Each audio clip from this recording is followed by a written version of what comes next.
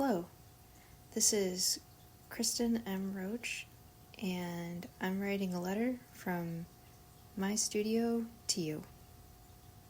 How are you? I'm very well. I want to tell you about late summer painting. You see, I prepped 10 panels for painting during my residency and only used one.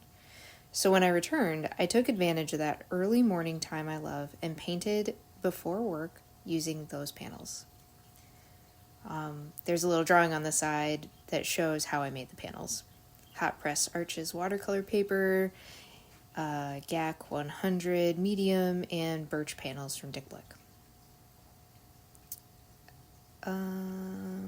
It was the first time I was able to paint larger than 6 by 8. The paper warps too much beyond that size. And with that, I started painting life-sized versus scaled-down versions of the plants in my backyard.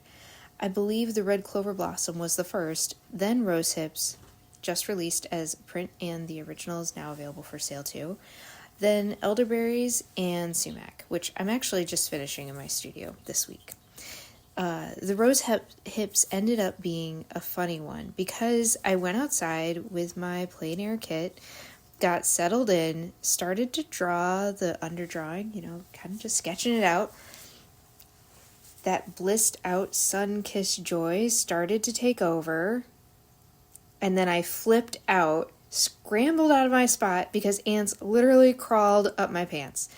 No matter where I tried sitting, even using my backpacking chair to keep me off the ground, the ants came for me. Also, I spelled ants, crossed out now, A-U-N-T, yeah, so my ants came for me. Anyway, so while intending to paint out on site, I snipped the rose hips and brought it into my studio. It's the same prairie rose shrub that I had painted earlier in the summer when it was in bloom. Have you ever tried rose hips tea? It's really tart like hibiscus, juicy and slightly drying. It's packed full of vitamin C too. Something to watch out for is that the seeds have these sharp slivers in them that will lodge in your tongue. So don't eat them like a berry. Instead, pop the whole rose hips into an infuser and steep or boil them. Boiling is great because it's going to extract the most goodness. And it actually makes a great face toner too. So for tea at Littlewoods, that's my tea shop, we use a cut and sifted rose hips that have the seeds and, most importantly, the slivers removed. Anyway, I'm digressing into my herbalist realm. This painting felt like a turning point for me.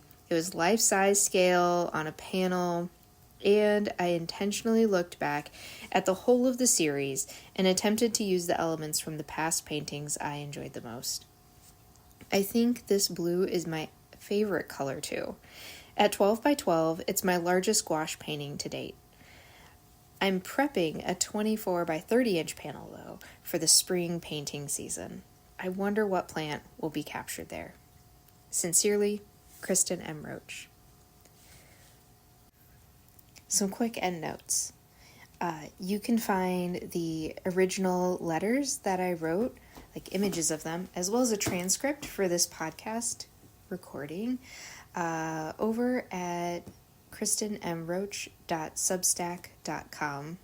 I'm currently getting attacked by my kitten, which is why I'm pausing so much. He's being a little giver. Anyway, and you can find my portfolio and all of these paintings that I mentioned over at kristinmroach.com, as well as previous letters and more. All right, that's it for now. Until next time.